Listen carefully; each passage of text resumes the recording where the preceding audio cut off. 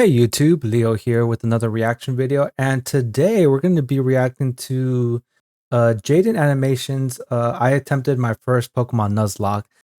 So for those of you who don't know, essentially a Nuzlocke is you essentially play Pokemon with a set of restrictions placed on you, and it's a way to make the game more challenging and more difficult. It's something I've done personally in the past before, just for fun. It's something I want to do for the channel at some point in the future. Don't really have any plans to do anyone right now, but a buddy of mine told me to check out the video. So yeah, let's just jump right into it and check it out. Within the Pokemon community, there's a set of self-imposed rules you can add to the games to make them more challenging, called a Pokemon Nuzlocke. Okay, well they explain the rules. Pokemon you run into per route. If a Pokemon faints, it dies, and you can't use it anymore. And you have to nickname your Pokemon to get more attached to them. That means if you aren't careful, you can technically lose a Pokemon game under those conditions. I've wanted to do a Nuzlocke for the longest time. I've started a couple in the past, but never actually got to finish any because busy. But today's the day that all changes. I decided to make a video on my first full attempt at a Pokemon Ruby Nuzlocke. Let's see how it went. After breaking free from the back of the moving truck my mom stuffed me in and introducing myself to the neighbor Brendan, the kid that I always thought was a monkey. I'm having a hard time remembering Pokemon Ruby. I've played a vast majority of the mainline Pokemon games. I for a small time I did try to play Legends Arceus here on the channel, and I don't know, I couldn't get into it, if I'm being honest. It deviated a lot from what I'm used to with regards to Pokemon games, but I did play all the way up to you know, I remember during the Nuzlocke, or not the Nuzlocke, the Legends Arceus playthrough, that I looked this up again, but whatever came after, either Sword and Shield or the Alola games, I don't remember which ones, the Sun and Moon games, but whichever the newer one of those was. But cool, Pokemon Ruby. I think I played Emerald. I don't know if I actually played Ruby and Sapphire individually. Monkey said that he heard screaming up ahead. Professor Birch is getting mauled by a level 2 Poochyena, so I let his Torchic out, and she scratches the crap out of it. He gifts me Torchic for rescuing him, and I name her Teriyaki, my first Pokemon. That's a funny name. More, I run into Brendan, who challenges me to a battle, where Teriyaki proceeds to also scratch the crap out of his Mudkip. Good job, Teriyaki. You're 2 for 2. Doing great. Professor Birch gives me 5 Pokeballs, and the Nuzlocke has officially started. I walked back up to catch my first Pokemon and ran into a Zigzagoon. Zigzagoon, Alright, yep. not the best, but I can work with this. You know, yeah, I think you can teach you some HMs. Really awesome adventure. Dude, so Teriyaki one-shotted Zigzagoon with a critical so no hit encounter scratch, for but whatever. Route 1. Contain your murder a little bit, alright, guy? Route 102 is right around the corner, and that's where I was able to catch Corn the Seedot. Look at us. Okay, Seedot's a pretty good Pokemon. To take on the Hoenn like I like the Seedot line all the way up to Shaman, or what's the final form? I can't remember right now. After watching the weird Kid Wally struggle to catch his first Pokemon, I continued on to Route 104 and found a little Talo in the grass. Aggressive and screams when hungry? Oh yeah, I know your name. In Petalburg Forest, a Team Magma grunt jumps some random professor, so Ari and Teriyaki peck his eyes out. Oh, hello, Shrew. The animation's really good on this. Name you Onion. I make it to Rustboro, and while getting ready to take on Roxanne's gym, Teriyaki kills another Zigzagoon I was about to catch. What's your problem with Zigzagoons, dude? But it turned out alright, because she also ended up evolving. Onion was able to destroy Roxanne with ease, and we got our first gym badge. Exiting the gym, we catch a glance that Team Magma is up to no good again. Something about the... Okay, but Team Magma and Team Aqua are two of my favorite teams in the Pokemon universe. When it comes to like the evil organization, nothing beats Team Rocket, nothing beats the OG. But I'm more of a Team Magma fan, if I'm honest. Scorching Earth or something. And this old man exclaims that they stole his Pico. Here's your dog. Also, you're coming with me. The mayor thanks me by turning me into his errand boy, and I arrive at Gifford to give a letter to Steven. Oh, the champion, right? Ugh. Okay, chomp. Wow, After rude. finding Steven, it was time to take on Brawly, the next gym leader. Ari's a stone-cold killer and easily earned MVP in that fight. Things were going well. 2 badges in, and the team is looking good. On my way to the next city, I caught a tentacle on the beach. Hey, Tentacruel is a pretty good Pokemon. And after beating Team Magma and Brendan again in Slateport, it was time again to get ready for the gym battle with Watson. But as I was fighting some trainers, Chomps the Mawile got electrocuted a bit too hard and was killed. Ooh. Wow, Jaiden, even with the 3-level advantage? I want to show you how strong I am. Yep, accurate. Okay. Ari, this is an electric gym. You're not allowed to fight in here, so you can just wait outside. While battling the gym trainers, Onion evolved into Breloom, and together with Teriyaki, Breloom is a sick Pokemon. Victory.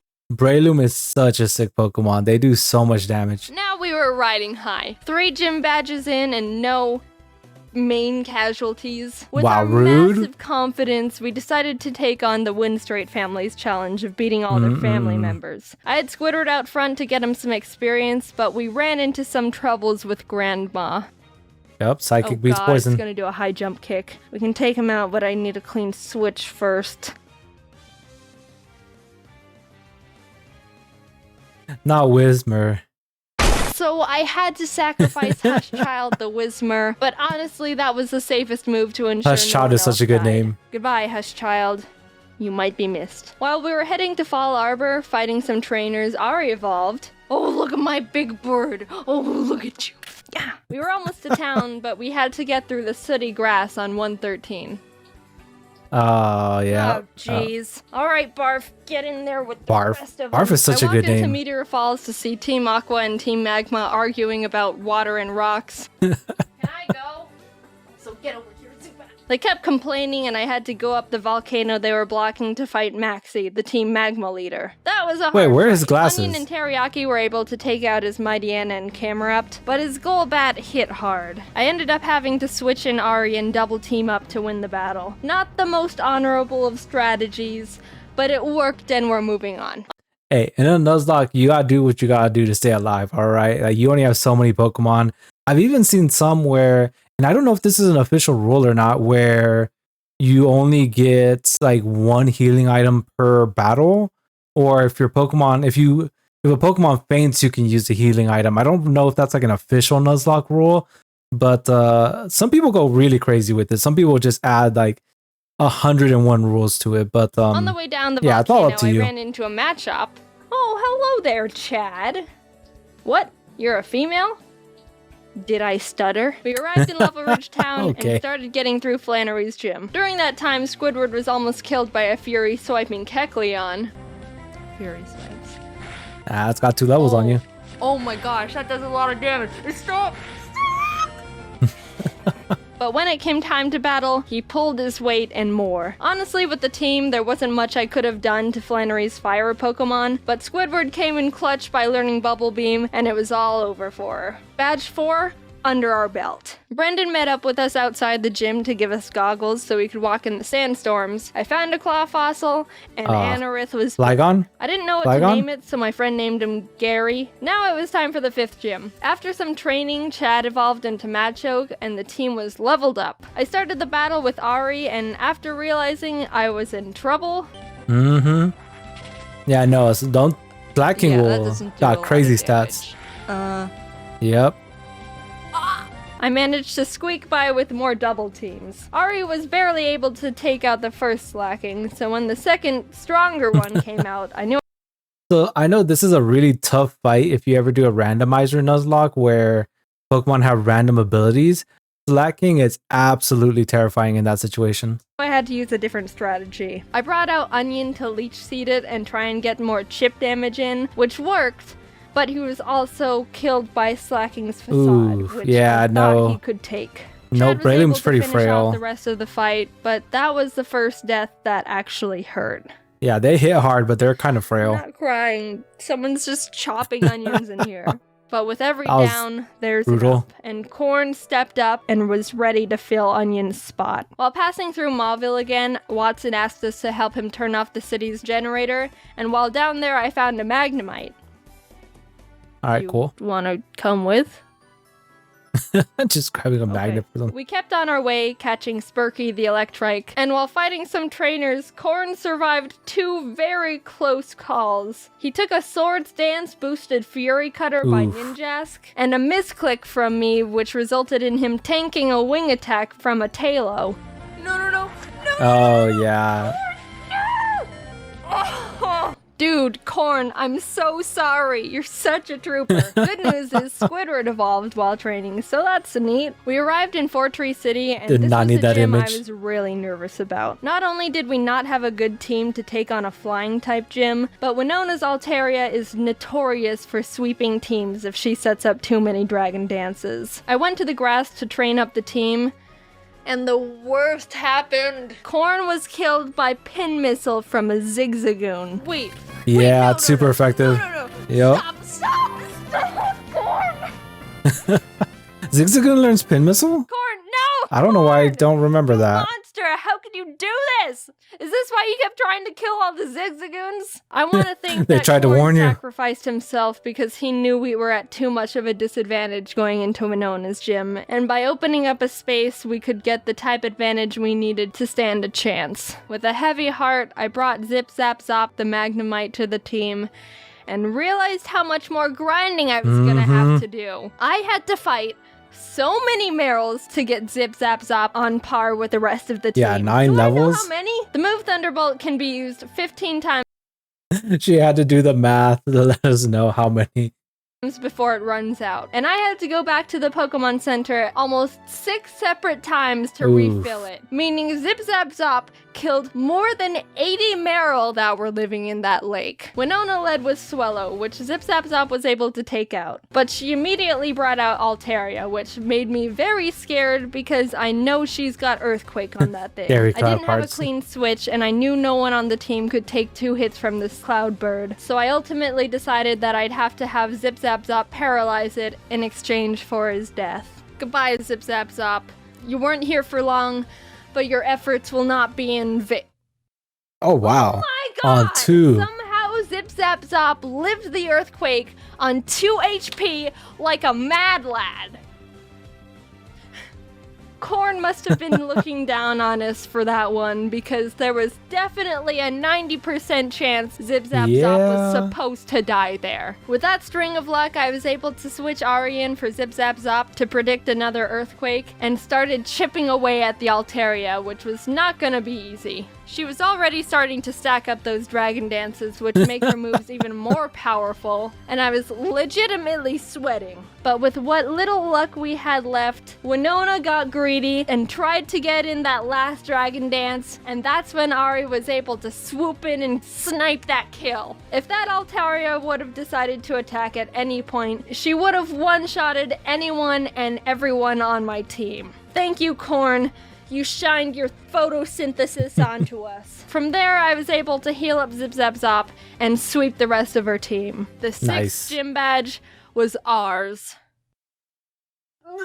Outside the Safari Zone, I found a Duskull I was able to catch. I tried to have Gary on the team. Yo, Dusknoir though was pretty solid. But he honestly has like no moves that do damage, so I decided to replace him with Sin. We arrived in Lily Cove and I tried fishing. Why was that thing so menacing?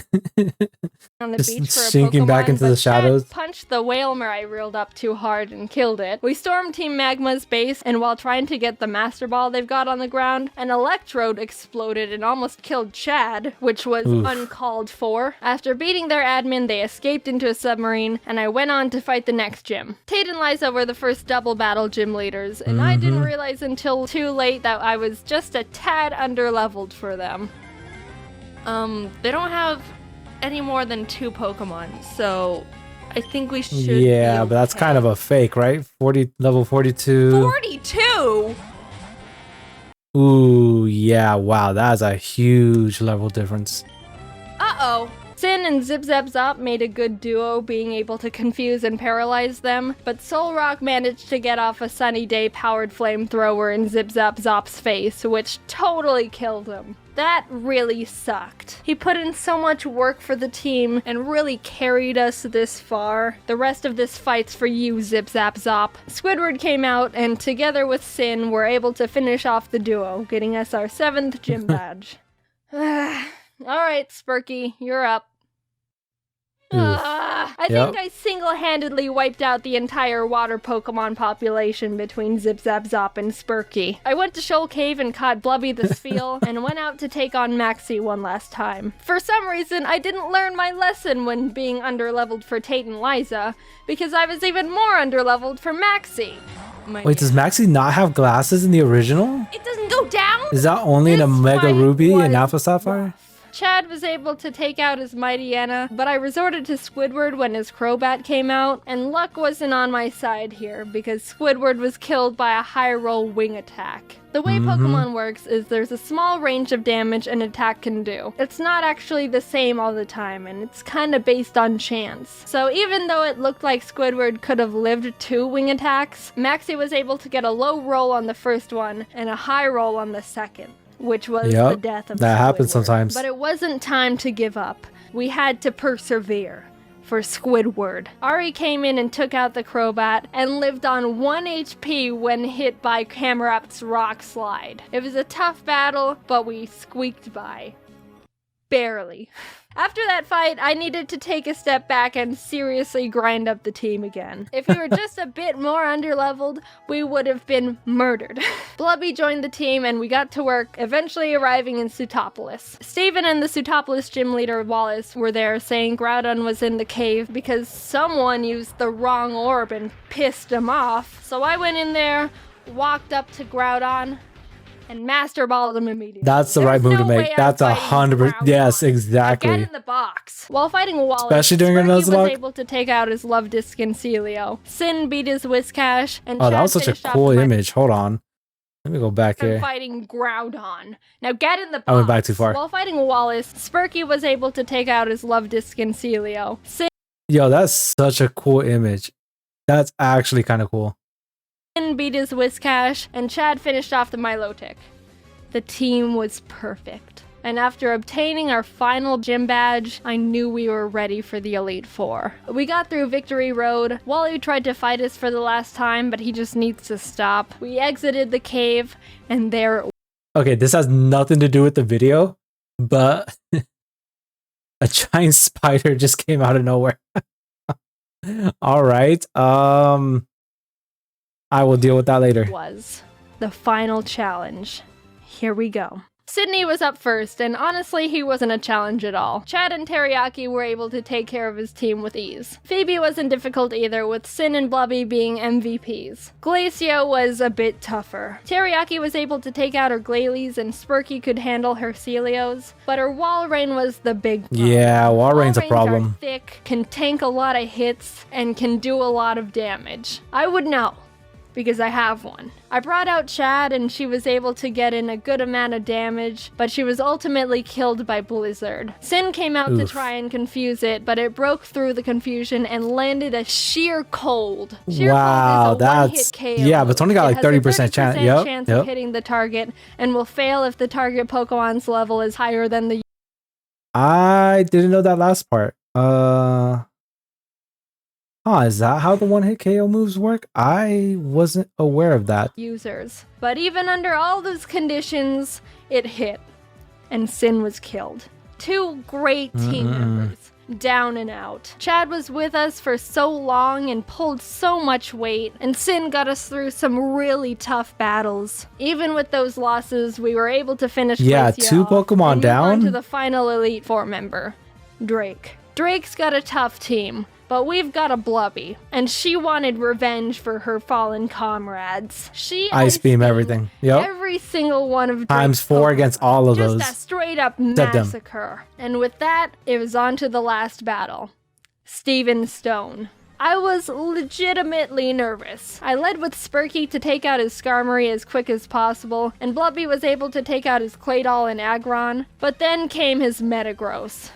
This might be the end. Metagross is Steven's strongest Pokemon, so I needed to hinder it as much as I could before it started doing serious damage. I knew his Metagross had Earthquake, which would definitely take out most of my team, so I had to have Spurky Kamikaze to get a paralysis off. Blubby came out again, and after a lot of hard work, finally beat the Metagross by spamming Surf. Teriyaki was able to finish his Cradily, and his final Pokemon was Armaldo, Gary's final revenge for getting booted from the team. I brought out Blubby because Teriyaki was pretty weak. Okay, well that explains the medicine. After realizing she gets two-shotted by ancient him, power. I knew she was gonna have to die. So with a heavy heart, Blubby pulled off her last Surf, getting Armaldo in the red, and was killed.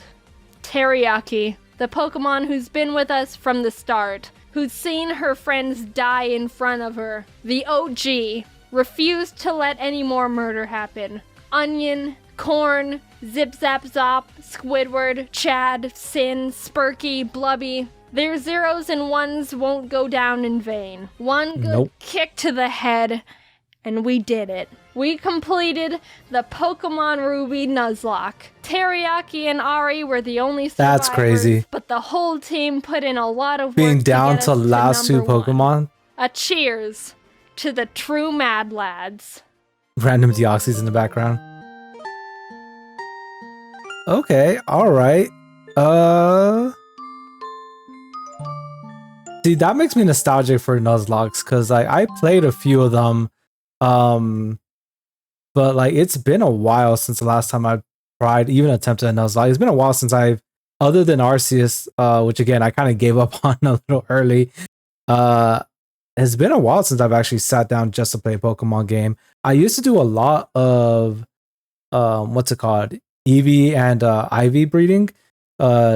Just to do so, I had like several boxes full of like fully trained up Pokemon, but that was really during Omega Ruby, Alpha Red, Omega Ruby and Alpha Sapphire. I don't know, that game really clicked with me.